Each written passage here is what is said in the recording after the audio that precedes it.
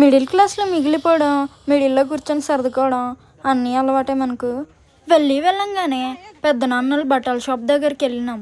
అక్కడ వెళ్ళిన తర్వాత ఏంటంటే పెద్దనాన్నల షాపు ఎదురుగానే ఆపోజిట్గా మట్టి కుండలు ఉన్నాయి. మట్టి కుండలు, పూజకు కావాల్సిన సామాగ్రి అన్నీ ఉన్నాయి. అయితే మా అమ్మ వీడియోలు తీస్తుంటే, మొన్న ఇలాగే ఒక అబ్బాయిని వీడియోలు తీస్తుంటే ఒట్టుకెళ్ళిపోయారంట పోలీసులు అని చెప్తుంది.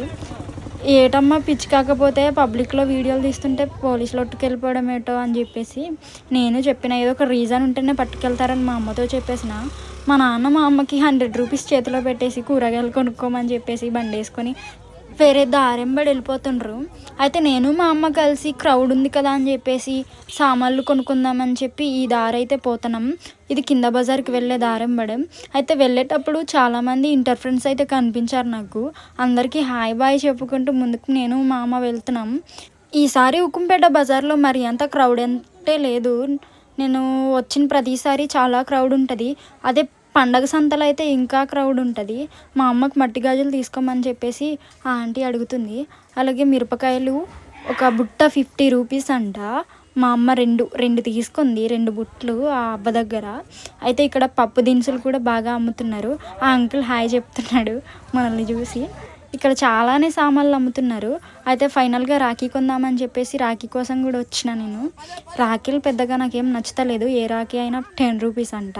మా అమ్మ అయితే బజార్కి వచ్చిన ప్రతిసారి ఆ ఆంటీ దగ్గర కంటిన్యూగా కూరగాయలు కొంటుందంట. అందుకే ఆ ఆంటీ గారు 20 రూపీస్ చేంజ్ లేదని చెప్పేసి 20 రూపీస్కి కూరగాయలు రాకపోయినా సరే 20 రూపీస్ది పట్టుకెళ్ళమని చెప్పేసి బెట్ చేస్తుండ్రు. అయితే ఫైనల్గా అయితే తీసుకొని ఎందుకులే 20 రూపీస్ అని చెప్పి వదిలేద్దామని చెప్పేసి మళ్ళీ కూరగాయలు రిటర్న్ ఇచ్చింది మా అమ్మ.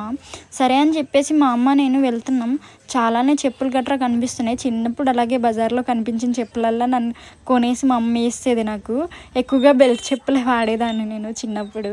కింద బజార్కి వచ్చే దారెంబడి చాలామంది చూసి నన్ను గుర్తుపడుతుండ్రు, ఉకుంపేట అమ్మాయి అని చెప్పేసి.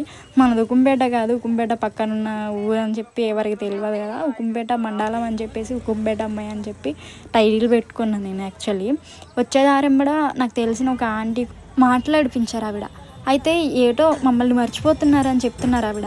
అయితే ఆవిడకి తెలియదు ఏంటంటే నాకు మొహమాటం. అందుకే ఎప్పుడు దాక్కుంటూ ఉంటాను మాట్లాడకుండా. నాకు మొహమాటం ఎక్కువ. కాకపోతే అందరూ ఏమనుకుంటారంటే ఈ అమ్మాయికి చాలా టెక్ ఎక్కువ, గీర్ ఎక్కువ, అందుకే మాట్లాడట్లేదు అని చెప్పి అనుకుంటుంటారు. అదేం కాదు, నాకు మొహమాటం వల్ల తాక్కుంటూ ఉంటాను. దానికి అందరు గీర పిల్లకి అని చెప్పి అంటుంటారు. అదే మా స్కూటీ. నేను మా అమ్మ మా నాన్న కలిసి వచ్చిన స్కూటీ. కింద బజార్కి వచ్చేసాం.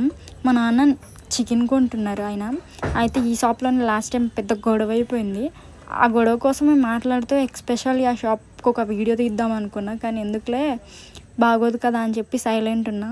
అయితే మా నాన్న చికెన్ కొంటున్నారు. ఆకలి వేస్తుంది నాన్న అని చెప్పేసి డబ్బులు అడిగితే మా పీనస్ గుట్లు నాన్న డబ్బులు కూడా ఇవ్వలేదు. సరే అని చెప్పి 20 రూపీస్ పకోడీ కొనుక్కొని బండి వేసుకొని స్టార్ట్ అయిపోయినాం. ఎప్పుడు చూడు వీడియోలే అనుకుంటున్నారేమో మా నాన్నారు.